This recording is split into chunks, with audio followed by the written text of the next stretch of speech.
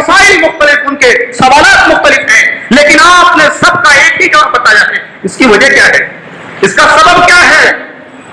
حضرت امام حسن بصری رحمہ اللہ نے کہا کہ لوگوں، یہ میرا بتایا ہوا نسخہ نہیں ہے، یہ میرا بتایا ہوا علاج نہیں ہے، بلکہ یہ اس عرش والے کا علاج ہے جو اس نے بتایا ہے قرآن کریم کے اندر کہ لوگوں فَقُلْتُ اسْتَغْفِرُوا رَبَّكُمْ إِنَّهُ كَانَ غَفَّارًا يُرْسِلِ السَّمَاءَ عَلَيْكُمْ مِدْرَارًا وَيُمْدِدْكُمْ بِأَمْوَالٍ وَبَنِينَ۔ حضرت نوح علیہ السلام نے اپنی قوم سے یہی کہا تھا، میری قوم کے لوگوں اپنے رب سے استغفار کرو، انہو کان غفارا، وہ بہت بخشنے والا، مغفرت کرنے والا، بخشش کرنے والا ہے۔ اس کا فائدہ کیا ہوگا؟ یرسل السماء علیکم مدرارا، وہ اللہ وہ ذات جب تم اس سے استغفار کرو گے، جب تم اپنے گناہوں کی اس سے مغفرت طلب کرو گے تو یرسل السماء علیکم مدرارا، آسمان سے موسلا دھار بارش نازل کرے گا۔ بارش کیوں روک لی جاتی ہے؟ بندوں کے گناہ کی وجہ سے اللہ بارش کو روک دیتا ہے۔ خشک سالی قحط سوکھا کیوں پڑتا ہے؟ ہمارے اور آپ کے گناہوں کی وجہ سے۔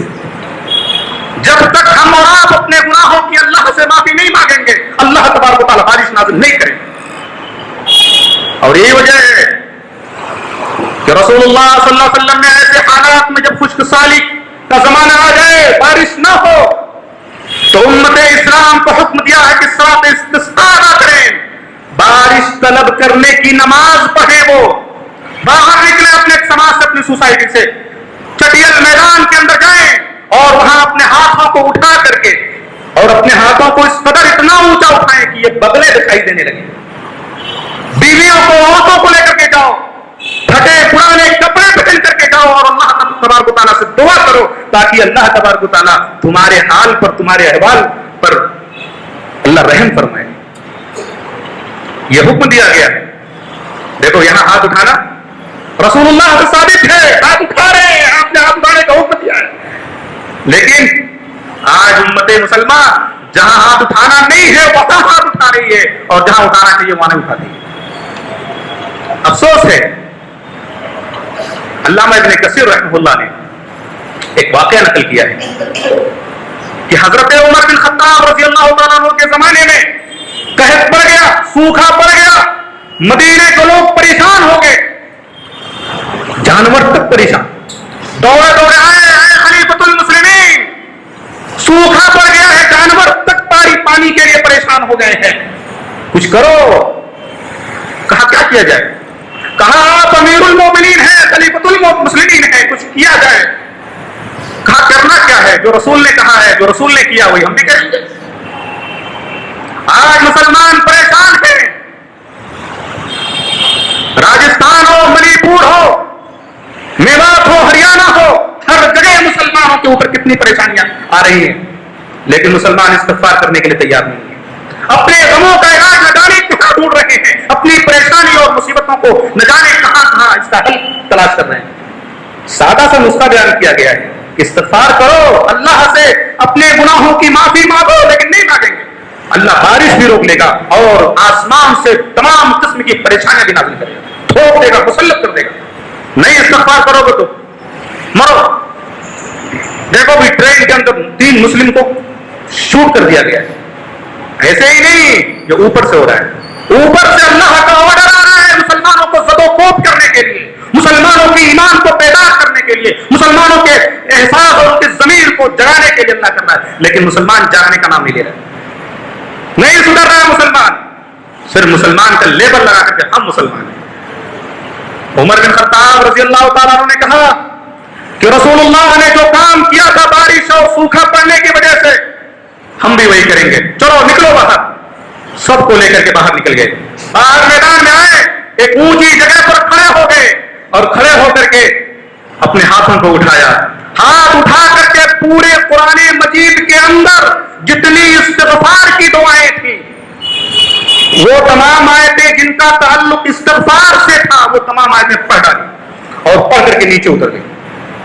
ایک عجیب و غریب استسقاء نماز بارش طلب کرنے کی نماز کا انداز تھا کہ قرآن کریم کی وہ تمام آیتیں جس کا تعلق مغفرت سے تھا، بخشش سے تھا، صرف وہی آیتیں پڑھ کر کے نیچے اتر گئے، اور نیچے اترے ادھر موسلا دھار بارش شروع ہو گئی۔ یہ ہے استغفار کا پاور، یہ ہے استغفار کی طاقت۔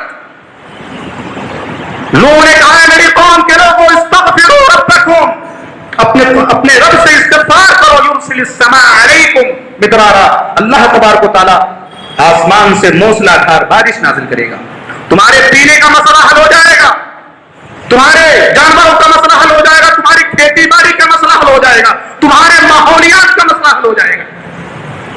بارش نہیں ہو، ابھی دیکھو گرمی کے اندر کتنی شدت، کتنی تیزی آ جاتی ہے، اور گرمی جتنی سخت ہوگی بیماریاں اتنی ہی تیزی اور اتنی ہی رفتار کے ساتھ بڑھتی جائیں گی۔ یہ پانی جو ہم اناج کھا رہے ہیں، آٹا، روٹی، چاول، دال، سبزیاں، 2 سال ابھی اللہ بارش روک لے، دیکھو 50-60 روپے کلو مل رہے ہیں، 1000-2000 روپے کلو ملنے لگیں گے بارش نہ ہونے کی وجہ سے۔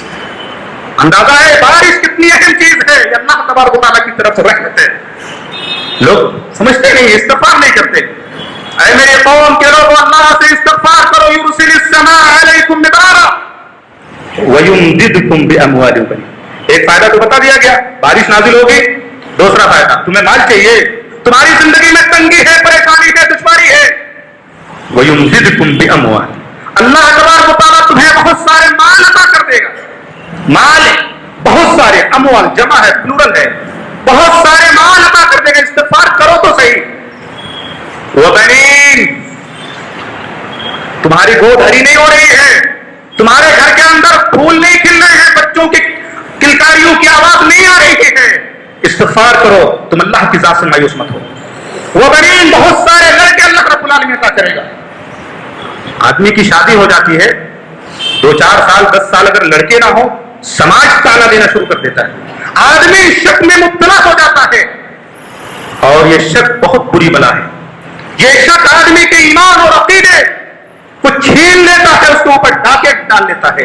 یہ شک، ارے کسی نے کچھ کیا ہوگا، کسی نے کچھ کرایا ہوگا، دھندا نہیں چل رہا ہے، بس کرو کسی نے کچھ کرایا ہوگا، اتنا اچھا خاصا دھندا بزنس چل رہا تھا، بس فلاں آدمی ہے، فلاں رشتے دار، وہ ذرا ہم سے نفرت کرتا، اسی کی کرنی ہے، اسی نے کچھ ٹونا جادو کرتب کیا ہوگا، تبھی اتنا اچھا خاصا دھندا چل رہا تھا۔ ہماری شادی کو اس کی نظر لگ گئی ہے، بچہ اس وجہ سے نہیں ہو رہا۔ شیطان آنکھ بھنکتا ہے اور آدمی سے اس کے ایمان کی روشنی کو چھین لیتا ہے۔ اللہ تبارک و تعالیٰ نے ایک نسخہ بیان کیا ہے، میرے بندو، تمہیں اولاد چاہیے، تم اولاد سے مایوس ہو گئے، تمہیں بڑھاپے کی لاٹھی چاہیے، استغفروا ربکم، اپنے رب سے استغفار کرو، وہ تمہیں مال بھی دے گا، اولاد بھی دے گا، بہت سارے لڑکے دے گا۔ وَيَجْعَلْ لَكُمْ جَنَّاتٍ، بہت سارے باغات دے گا۔ وَيَجْعَلْ لَكُمْ أَنْهَارًا، اور اس باغ کو سیراب کرنے کے لیے نہریں بھی عطا کر دے گا۔ اے مسلمانوں، تمہیں کیا چاہیے؟ رزق چاہیے، اولاد چاہیے، پریشانی سے نجات چاہیے، تنگی سے نکلنے کا راستہ چاہیے، جنت چاہیے، نہریں چاہیے، کیا چاہیے تمہیں؟ اللہ دے رہا ہے، استغفار کے نتیجے میں صرف ایک کام کرنا ہے، استغفار کو لازم پکڑ لو۔ لیکن مسلمان اس استغفار کو لازم نہیں۔ بعض لوگ کہتے ہیں کہ حضرت ہم تو استغفار کرتے ہیں، لیکن اس استغفار کا اثر ہماری زندگی پر اثر انداز کیوں نہیں ہوتا، اس کا رزلٹ کیوں نہیں ملتا ہمیں؟ ہم تو صبح میں استغفار پڑھتے ہیں، شام میں بھی پڑھتے ہیں، رات میں بھی پڑھتے ہیں، لیکن اس کا رزلٹ، اس کا نتیجہ ہمارے سامنے کیوں نہیں آتا ہے؟ اس کا ایک جواب، ایک جملے میں، گناہ چھوڑ دو، گناہ چھوڑ دو، استغفار کرو، جھوٹ چھوڑ دو، غیبت چھوڑ دو، چغلی چھوڑ دو، سود چھوڑ دو، حرام کھانا چھوڑ دو، حرام کمانا چھوڑ دو، اور اس کے بعد استغفار کرو، دیکھو کیسے اس کا رزلٹ نہیں آتا ہے۔ لیکن یہ کام بڑا مشکل ہے، حرام کمانا، سود اور لون اور نہ جانے کیسی کیسی رشوتیں اور نہ جانے کیسی کیسی کمائی، یہ نہیں چھوڑ سکتی۔ زندگی بھر استغفار کرتے رہو، کوئی اثر، کوئی رزلٹ نہیں ملنے والا ہے۔ حرام چھوڑ دو، حرام کمانا چھوڑ دو اور حرام کھانا چھوڑ دو، استغفار کرو، دیکھو اللہ تمہاری ساری مرادیں، ساری پریشانیاں دور کر دے گا۔ یہی تقریر، یہی خطبہ حضرت ہود علیہ السلام نے اپنی قوم سے کہا ہے۔ ایک ایسی پاورفل قوم، ایک ایسی طاقتور قوم، اللہ نے فرمایا وَإِلَىٰ عَادٍ أَخَاهُمْ هُودًا قَالَ يَا قَوْمِ اعْبُدُوا اللَّهَ مَا لَكُم مِّنْ إِلَٰهٍ غَيْرُهُ. حضرت ہود علیہ السلام ایک سپر پاور قوم عاد، بہت ہی پاورفل قوم تھی، ان کو خطاب کر رہے ہیں، تقریر کر رہے ہیں ان کے سامنے، میری قوم کے لوگوں تم ایک اللہ واحد کی عبادت کرو، اس کے علاوہ کوئی حقیقی معبود نہیں ہے، کوئی معبود فقط نہیں ہے. یا قوم اعبدوا اللہ ما لکم من الہ غیرہ. پہلے یہ عقیدہ جماؤ اپنے دلوں کے اندر، اپنے بچوں کے اندر، اپنے گھر کی عورتوں اور بیٹیوں کے اندر یہ عقیدہ جماؤ کہ اس کائنات کا خالق و مالک و رازق اور مدبر اور عبادت کے لائق صرف اور صرف اللہ رب العالمین کے ذات ہے. یہ عقیدہ جماؤ. آج لوگ کیا کہتے ہیں، حضرت آج رات میں نے گھر میں یہ دیکھا، میری بیوی ڈر گئی آج رات میں، حضرت گھر میں مال میں بے برکتی نظر آ رہی ہے، کمائی میں بے برکتی نظر آ رہی ہے، کچھ سمجھ میں نہیں آ رہا. رسول اللہ صلی اللہ علیہ وسلم کی حدیث موجود ہے، جس گھر میں سورہ بقرہ کی تلاوت ہوتی ہے شیطان اس گھر میں اپنا قدم تک نہیں رکھتا. سورہ بقرہ نہیں پڑھو گے، اس کی تلاوت نہیں ہوگی تو شیطان پورے لاؤ لشکر کے ساتھ گھس جائے گا. تو بیوی ڈرے گی نہیں، آپ ڈرو گے نہیں، چیخنے چلانے کی آوازیں رات کے اندر سنو گے نہیں. جب شیطان کو خود آپ نے انوائٹ کیا ہوا ہے گھر کے اندر، آؤ حضرت آ جاؤ، گھر خالی ہے، پورا پلاٹ خالی ہے، جب شیطان کو خود انوائٹ کرو گے تو ظاہر ہے اس کا یہی اثرات ہوگا، ڈرائے گا، دھمکائے گا. اور یہی نہیں وَشَارِكُهُمْ فِي الْأَمْوَالِ وَالْأَوْلَادِ، مال کے اوپر بھی اٹیک کرے گا شیطان، آپ کی اہل و اولاد کے اوپر بھی اٹیک کرے گا شیطان. یہ قرآن کہہ رہا ہے وَشَارِكُهُمْ فِي الْأَمْوَالِ. آج بیویاں باغی بن گئی ہیں، نافرمان بن گئی ہیں، بچے بگڑ گئے ہیں، کیوں؟ شیطان کو ہم نے انوائٹ کر لیا گھر کے اندر. شیطان آج ہمتا ہے. اللہ نے فرمایا وَمَن يَعْشُ عَن ذِكْرِ الرَّحْمَنِ، جس گھر میں رحمان کا ذکر نہیں ہوتا نقید لہ شیطانا، ہم اس کے پیچھے ایک شیطان لگا دیتے ہیں. کون کہہ رہا ہے؟ یہ عرش والا کہہ رہا ہے، وہ اللہ رب العالمین کی ذات کہہ رہی ہے کہ جس گھر کے اندر میرا ذکر نہیں ہوتا ہم اس کے پیچھے ایک شیطان لگا دیتے ہیں. فہو لہ قرین، وہ اس کا دوست، اس کا ساتھی بن جاتا ہے. تو ظاہر ہے گھر میں جب گھس گیا ہے تو چیخے گا، چلائے گا، شور کرے گا، مالوں کے اوپر اٹیک کرے گا، بچوں کو گمراہ کرے گا. یہی کرے گا شیطان، اور یہی کر رہا ہے آج مسلم سماج کے اندر. آج المیہ ہے، کسی گھر کے اندر سورہ بقرہ کی تلاوت ہوتی ہے، آج رات کے وقت کسی گھر سے قرآن کی تلاوت کی آواز آتی ہے، صبح کے وقت کسی گھر سے قرآن کی تلاوت کی آواز آتی ہے نہیں. لیکن گھروں کے اندر خوب بڑی سی اسکرین، ٹی وی، سیریل چلیں گے، فلمیں چلیں گی، پاکستانی ڈرامے چلیں گے، اخبار اور نیوز کے نام پر نہ جانے کیسے کیسے خرافات دیکھ رہے ہیں. بیٹا باپ سے الگ ہے، بیوی باپ شوہر سے الگ ہے، بیٹی ماں سے الگ ہے، اپنے اپنے کمروں میں موبائل کی اسکرینوں پر نہ جانے کیا کیا اپنی آنکھوں کو لذت اور نظارے کرا رہی. کیسے برکت آئے گی گھر کے اندر؟ لاکھوں کما رہے ہیں تو بھی ہائے ہائے، اور ہزاروں کما رہے ہیں، 2-4 ہزار کما رہے ہیں تو بھی ہائے. اے میری قوم کے لوگوں استغفروا ربکم، یہ ہود علیہ السلام تقریر کر رہے ہیں کہ میری قوم کے لوگ اپنے رب سے استغفار کرو. یرسل السماء علیکم مدرارا، دیکھو وہی بات یہاں بھی کہی جا رہی ہے. اللہ آسمان سے موسلا دھار بارش نازل کرے گا. وَيَزِدْكُمْ قُوَّةً إِلَىٰ قُوَّتِكُمْ، تمہاری قوت میں مزید قوت پیدا کر دے گا، طاقت پیدا کر دے گا. کوئی بھی جنگ لڑنی ہو بغیر طاقت کے نہیں لڑی جا سکتی. اللہ کہہ رہا ہے استغفار کرو گے تو ہم تم کو طاقتور بنا دیں گے، تمہاری طاقت کے اندر مزید طاقت پیدا کر دیں گے. فکری اعتبار سے، مالی اعتبار سے، مادی اعتبار سے، ہر معیشت کے اعتبار سے، معاشرت کے اعتبار سے، ہر طرح کی طاقت تمہارے اندر ہم پیدا کر دیں گے. استغفار کرو.